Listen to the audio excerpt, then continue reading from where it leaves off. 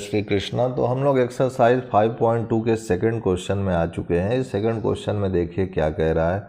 Simplify using the rules of exponents and right the answer in the exponential form when the base is different but the degree is the same. तो यहाँ पर जो है base जो है different है और यहाँ पर डिग्री जो है सेम है। तो यहाँ पर कह रहा है रूल ऑफ एक्सपोनेंट्स का यूज़ कीजिए सिंप्लीफाई करने के लिए, और फिर कह रहा right the answer in the exponential form.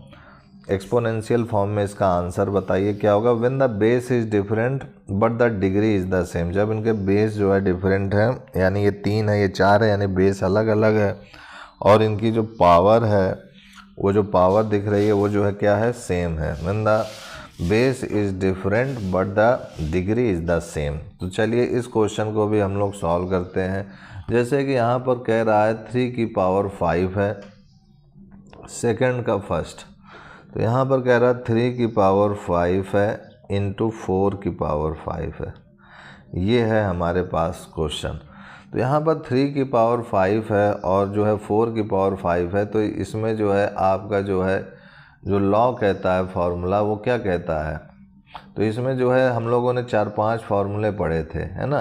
तो उन 4-5 फार्मूलों में सबसे पहले जैसे कि हम लोगों ने पढ़ा था a की पावर m इंटू a की पावर n वाला था, एक a की power m divided by a की पावर n था, और एक था a की पावर m और ये n होगा, है ना।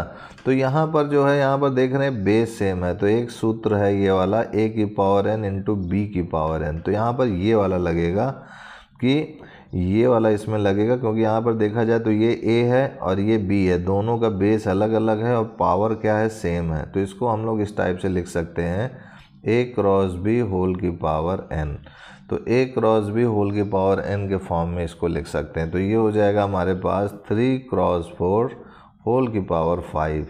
तो 3 क्रॉस 4 करेंगे तो 4 3 जा 12 हो जाएगा, 12 की पावर 5 यही आपका आंसर हो जाएगा।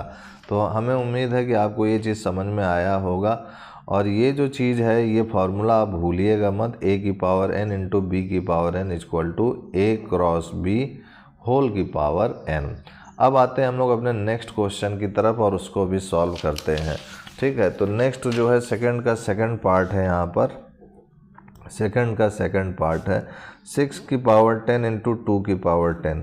तो ये हो जाएगा 6 इंटू 2 की होल की पावर 10। तो ये 6 2 जा 12, तो 12 की पावर 10 हो जाएगा। अब उसके बाद देखिए थर्ड जो है 4 की पावर 2 इंटू 8 की पावर 2 है। तो ये हो जाएगा 4 इंटू 8 होल की पावर 2। तो ये हो जाएगा 32 की पावर 2। अब फोर्थ पार्ट देखिए इस सेकंड का, तो फोर्थ पार्ट है 2 की पावर 5 डिवाइडेड बाई 3 की पावर 5।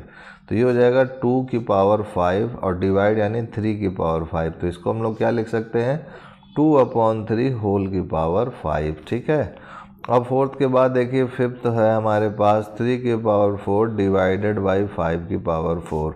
तो ये हो जाएगा 3 की पावर 4 डिवाइडेड बाई 5 की पावर 4। दिस इज 3/5 होल की पावर 4। फिफ्थ के बाद देखिए सिक्स्थ कह रहा है हमारे पास 2 की पावर 7 डिवाइडेड बाई 9 की पावर 7। तो ये हो जाएगा 2 की पावर 7 डिवाइडेड बाई 9 की पावर 7। तो ये हो गया 2/9 होल की पावर 7। तो ये हो गया हमारे पास, इसका आंसर हो गया। तो यानी ये सेकंड पार्ट अब आपको समझ में आ गया होगा। थर्ड पार्ट के फर्स्ट में आते हैं और यहाँ पर कह रहा है कि 3 की पावर -4 है अगर, तो इसको सिंप्लीफाई कीजिए। तो मैंने इसका सूत्र आपको बताया था, अगर a की पावर -n है तो ये 1/a की पावर n हो जाता है। तो हो जाएगा 1/3 की पावर 4। तो इसको आप चाहे तो मल्टीप्लाई के फॉर्म में लिख सकते हैं, 3 इंटू 3 3 इंटू 3। तो ये 4 टाइम्स हो गया, 3 3 जा 9 3 जा 27 3 जा 81। तो 1/81 इसका आंसर हो जाएगा। और थर्ड का सेकंड पार्ट की अगर बात करें तो ये हो जाएगा 2 की पावर -2। तो ये इसको लिख सकते हैं 1/2 की power 2। This is equal to 1/4। और थर्ड पार्ट की अगर बात करें तो यहाँ पर दिया हुआ क्वेश्चन में कि 5 की पावर -1 है, तो इसको हम लोग 1/5 लिख सकते हैं। थर्ड के फोर्थ पार्ट की अगर बात करें तो 8 की पावर -3 है, यानी इसको हम लोग 8 की पावर 3 लिख सकते हैं अपॉन में। This is 8 into 8 into 8। तो ये हो जाएगा हमारे पास 1/8 8 जा 64 हो गया, और 64 इंटू 8 कितना होगा 8 4 जा 32, 2 3 कैरी और 6 8 जा 48 और 3 51, तो ये 512 आ गया। तो उम्मीद करते हैं आपको ये चीज़ समझ में आई होगी। तो थर्ड का फोर्थ पार्ट भी हो गया आपका। अब इसी के साथ हमारा ये एक्सरसाइज जो है ख़त्म हो गया है। अब इसके बाद कुछ जो है जनरल एक्सपोनेंशियल फॉर्म या को जो है स्टैंडर्ड फॉर्म में कैसे बदलें जनरल नंबर को, जैसे कि एक दो एग्जांपल ले लेते हैं। जैसे कि अब ये एक्सरसाइज के बाद कुछ थोड़ा सा बेसिक कॉन्सेप्ट है उसको समझते हैं।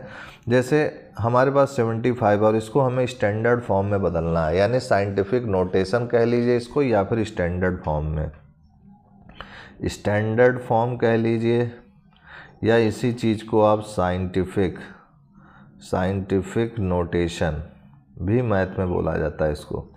तो 75 को अगर हमें जो है साइंटिफिक नोटेशन या फिर स्टैंडर्ड फॉर्म में बदलना है तो क्या करेंगे हम, यहाँ पर 75 हमें यहाँ पर दशमलव लाना है, ठीक है, 7 और 5 के बीच में दशमलव लाना है।